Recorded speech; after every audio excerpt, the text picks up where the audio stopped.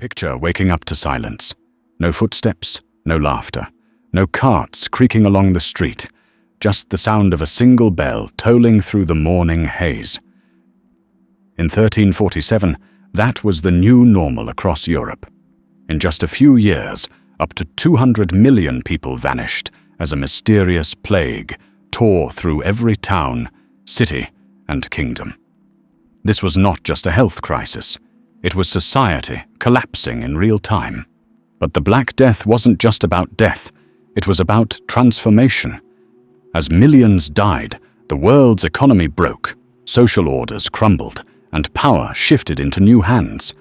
In its wake, a new world began to take shape. In the next 30 minutes, you'll see how a microscopic killer in the 14th century still shapes your daily life, your job, your city, even how we survive pandemics today. It all began along the ancient arteries of commerce, the Silk Road. This network, once a lifeline for empires, carried not just silk, spices, and silver, but something far more lethal. In 1347, the first signs of the Black Death arrived at the port of Kaffa, and from there it spread like wildfire, jumping from ship to ship, city to city, and home to home. Within months, entire regions were being consumed by something they couldn't understand and couldn't stop.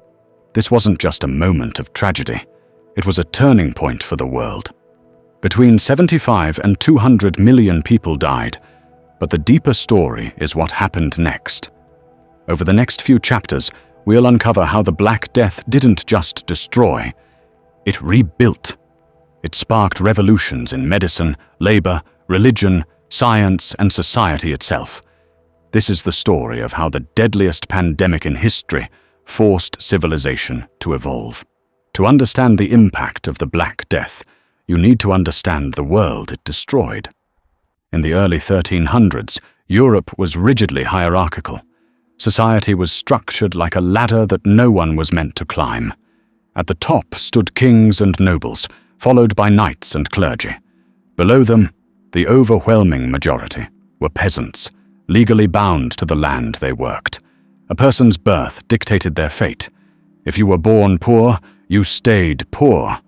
Mobility was rare, challenge to authority even rarer. Life expectancy was low, daily labor was brutal, and most people had no rights. Lords collected taxes in the form of crops and labor. The church collected tithes, often demanding 10% of everything a peasant earned, including grain, livestock, and even eggs. Religion offered hope, but also fear, sin, penance, hellfire. The church's grip wasn't just spiritual, it was political and economic, reaching into every corner of life. Europe was deeply unequal, but most accepted it as divinely ordained. And then came hunger. From 1315 to 1317, unrelenting rain ruined harvests across the continent. Grain supplies ran out, cattle died, famine swept through cities and countryside alike. In some areas, reports of cannibalism and infanticide began to surface. Tens of thousands died, not just of starvation, but from the weakened immune systems that followed. Europe, already poor and oppressed, had become frail. It was a society primed for collapse, and all it needed was a final push. While the common folk suffered, Europe's elites focused on expansion and profit. Trade had never been more active. The Silk Road connected east and west, and the rising merchant class in Italy turned port cities like Genoa and Venice into bustling hubs. Ships crisscrossed the Mediterranean, and caravans traveled from Asia to Europe, carrying textiles, spices, and wealth. But they also carried something invisible, hidden in the fur of rats and the bellies of fleas, something that would change everything. In 1346, the first act of the plague's western spread began during a siege. At the Crimean port city of Kaffa, Mongol forces were battering the Genoese trading outpost. But then their soldiers started dying, fast. Desperate and vengeful, the Mongols allegedly turned to something chilling. They loaded plague-ridden corpses into catapults and hurled them over the city walls. The defenders may have held the fortress, but they inherited the disease. The Genoese fled Caffa by sea, unknowingly bringing the plague with them. Their ships limped into Messina, Sicily, where death followed in their wake. People collapsed in the streets. Whole households were found dead, still in bed. The plague, now fully mobile, began moving westward, across ports in Italy, into Marseille, and then north to France and England. The sea was its superhighway, and trade its unwitting accomplice. The real killer was microscopic, Yersinia pestis, bacteria carried by fleas, which thrived on the blood of rats. In crowded cities, those rats were everywhere. In ship hulls, granaries, under beds. The fleas jumped from rodent to human, injecting the infection directly into the bloodstream. Within days, victims showed symptoms. Within a week, entire communities were mourning the dead. And there was no understanding of how or why. In less than 2 years, the plague consumed most of Europe. It moved faster than anyone could imagine, riding ships, caravans, and even rumors. Towns that hadn't yet seen a single case were already sealing gates, terrified by the stories coming in from the south. But fear was no defense. No army could fight it. No prayers could stop it. And by the time the continent realized what was coming, it was already too late. The symptoms came quickly and without mercy. First a headache, then chills, then the swellings. Victims developed large, painful lumps, called buboes, usually in the armpits, neck, or groin. These would turn black and fill with pus and blood. Some people developed purple splotches across their skin, signs of internal bleeding. Others coughed up blood. In many cases, death followed within 3 to 5 days. And when it came, it was often brutal, messy, and alone. The scale of death was so overwhelming that normal burial rituals collapsed. In many towns, bodies were dumped into mass graves. In cities, they were left in the streets for days before anyone dared touch them. People stopped opening their doors. Families abandoned the sick. Priests gave last rites from a distance, if they came at all.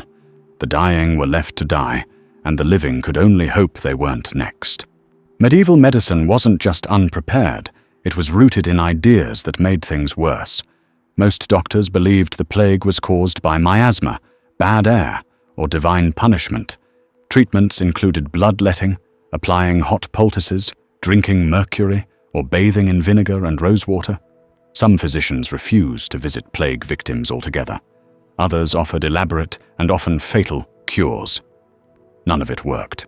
Most people died, and those who survived were either lucky or untouched, for now.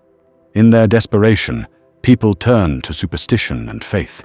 Groups of flagellants roamed town to town, whipping themselves in hopes of earning God's forgiveness. Others clung to talismans or burned incense to ward off the evil.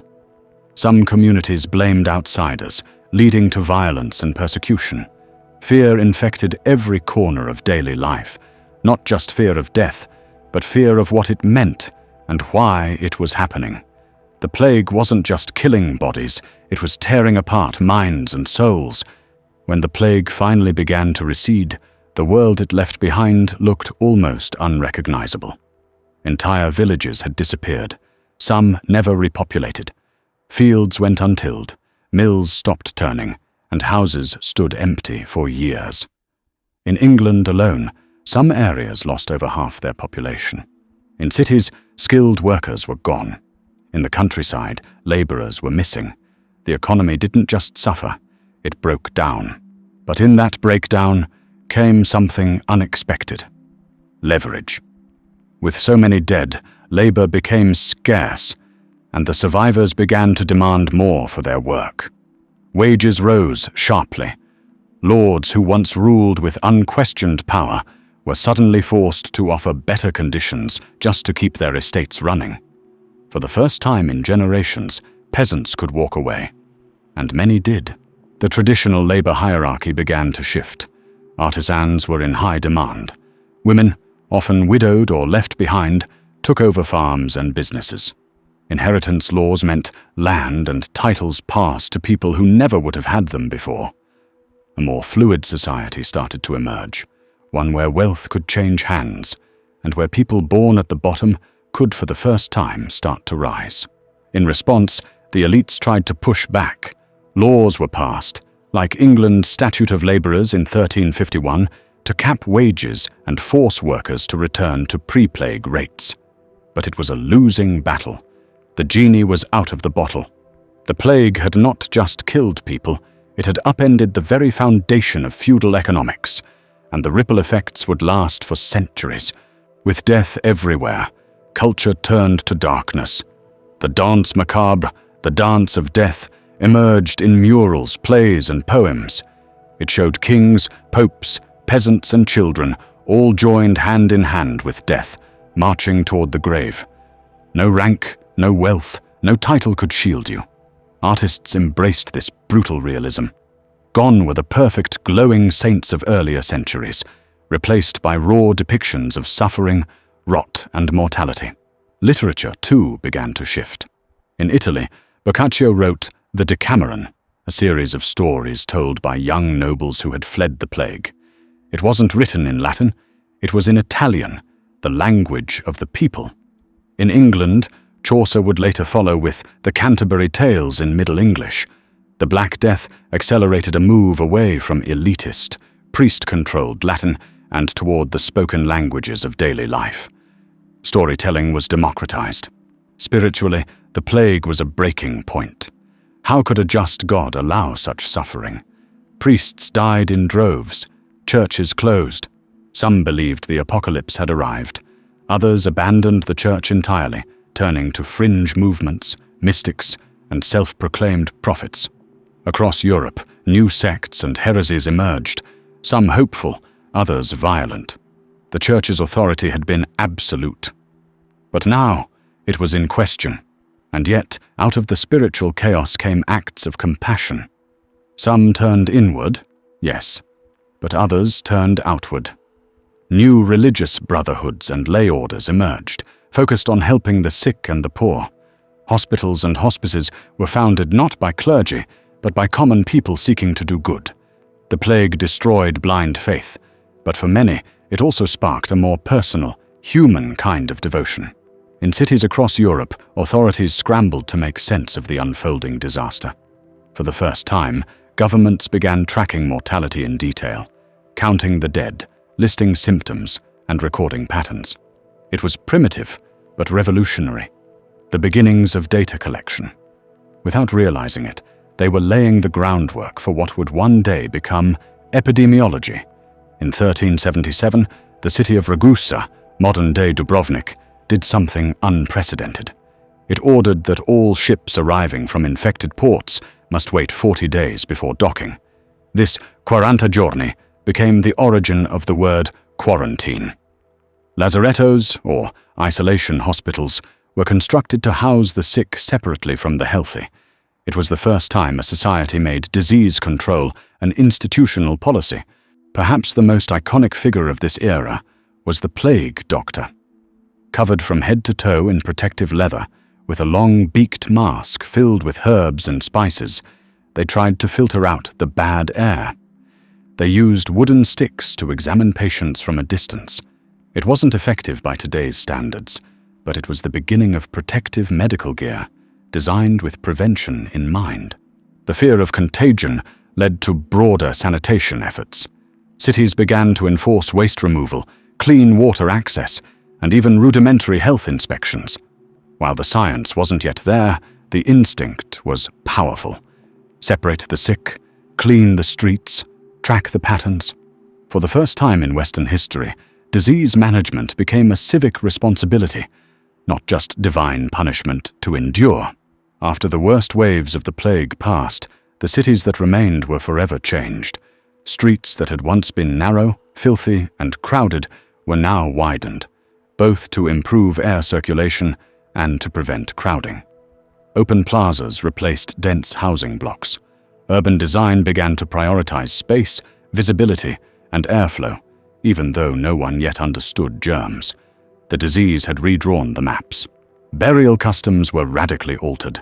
Churches could no longer handle the sheer number of dead. Cemeteries inside city walls overflowed and were shut down. Entire fields were converted into plague pits, mass graves where the dead were laid without ceremony. Cities issued new burial ordinances requiring that corpses be taken outside the walls to prevent infection. These policies would become the blueprint for modern cemetery zoning. Sanitation became more than a suggestion. It became law. City officials enforced the cleaning of public sewers and began to monitor bathhouses and water sources more closely. Waste was regulated, animal slaughter was restricted to specific zones, and street cleaning was mandated in some cities for the first time. Though the concept of bacteria was still centuries away, there was a growing connection between cleanliness and survival. These early efforts at regulation marked the beginning of a civic philosophy we still rely on today, that urban environments can protect or endanger public health. For the first time, local governments claimed responsibility for creating safer, cleaner cities. The Black Death didn't just change where people lived, it changed how people thought about where they lived. With the economic system crumbling and laborers gaining unexpected bargaining power, the ruling class grew anxious. When peasants began demanding better pay and fewer restrictions, nobles and kings responded with repression. But people were no longer willing to suffer in silence. Tensions exploded into uprisings, raw, violent protests against centuries of inequality. Across Europe, the old order was beginning to crack. In England, this discontent came to a head with the Peasants' Revolt of 1381. Furious over new taxes and wage laws, thousands of workers marched to London and stormed the city. They burned records, executed officials, and demanded justice. Although the revolt was eventually crushed, it terrified the nobility and left a permanent mark on England's political consciousness. For the first time, the lower classes had revealed their collective power. It wasn't just the West that felt the pressure. The Mongol Empire, once the world's most powerful transcontinental force, began to collapse under the weight of the plague. Trade routes fragmented, political alliances unraveled, and frontier regions were left to govern themselves. Across Asia and Eastern Europe, central authority weakened. The global map was being redrawn, not by war, but by disease. To maintain control, monarchs across Europe began to centralize their power. Rather than rely on feudal levies, they hired professional armies. They collected taxes directly. The relationship between ruler and subject changed, from local loyalty to state bureaucracy. In a strange twist, the plague that weakened so many rulers also forced others to become stronger. The age of decentralized feudalism was ending. The age of the modern state was beginning. With landowners desperate and laborers emboldened, something unexpected took root. Free market thinking. Survivors with inheritance, land, or skills found themselves in high demand. Guilds weakened. Rigid trade monopolies broke down. People began selling labor, goods and services to the highest bidder. Slowly, the structure of the medieval economy cracked, and the foundations of early capitalism began to form.